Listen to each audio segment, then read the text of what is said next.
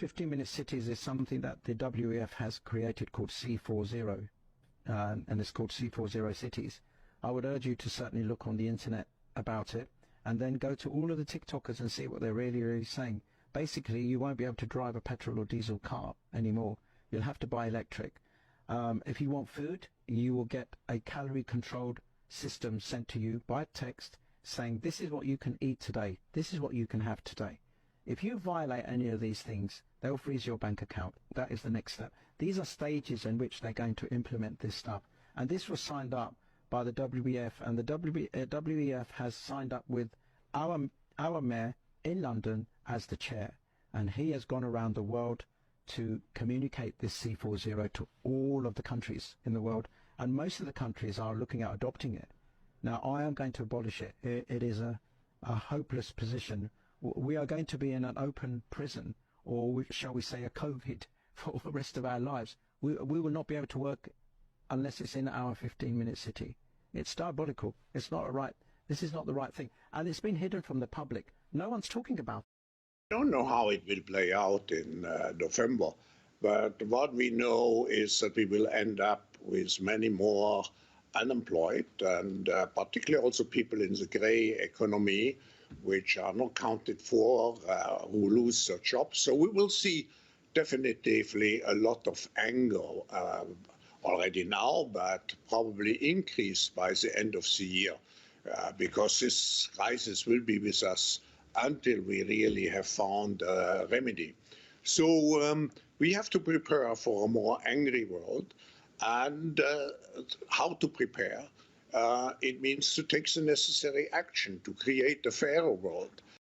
People assume we are just going back to the good old world which we had, and everything will be normal again in how we are used to normal, in the old fashion.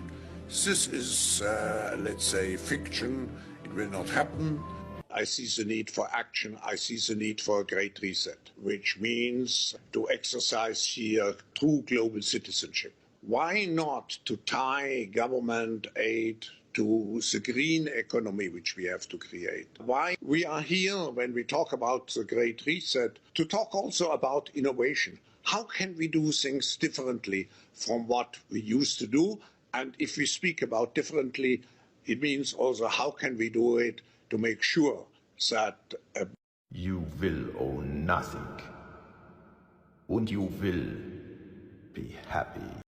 In China, if they criticize the government, talk shit about anything, like you can't buy plane tickets. You're not going anywhere. This is already happening in the United States. If you have a website that is too conservative, too crazy, whatever, then you can't get a bank account. You can't use any of the payment systems. They literally debank you, so you can't receive money. If you have a podcast or you do anything with advertising, that is a wedge. You know, people will go after your advertisers and use that as a wedge. Well, you know what that's like. Yeah. To bring you down. It's already kind of here. That's not a good thing. You know, we have to resist.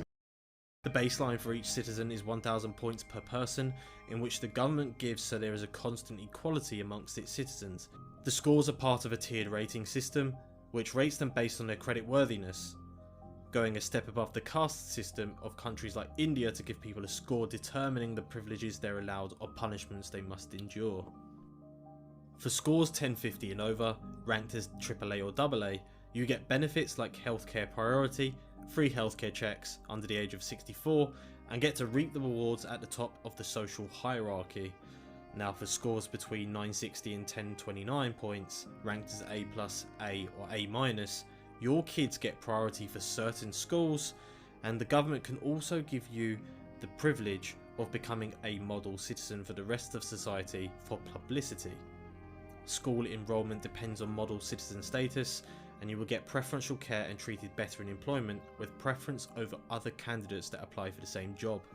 Scores between 850 and 959, ranked as B, are locked into that rank for 2 years with the obligation to have lectures on how to be a better citizen, with visits of government officials and experts. You are essentially subjected to re-education. C rank, scores between 600 and 849, are locked into that rank for 3 years before you can move up rank. Government visits and inspections are routine, and you will be kept on a list where your information will be stored by government officials to keep tabs on you. You cannot receive welfare, cannot win awards or honours, and cannot run for political office. The lowest rank D for scores below 599 are seen as the lowest of the low. Regarded as untrustworthy by the government, you are locked into D rank for 5 years before you can rank up. You're publicly blacklisted and revoked of all titles and qualifications you've obtained. You're subject to lose your job, government funding, and travel ability. You are rewarded or penalised depending on the actions you commit that the state defines as good and bad. For example, talking negatively about the government or an official on social media will have you lose a lot of points. Any sort of political dissidence is penalised by the CCP, and they will be sure that you know your place when talking about them in such a way. The government will do whatever they can to get rid of you and silence any criticism of the status quo. Welfare reminds me of an old man I used to date. I was in a relationship with him for 11 years. He would never marry me, right?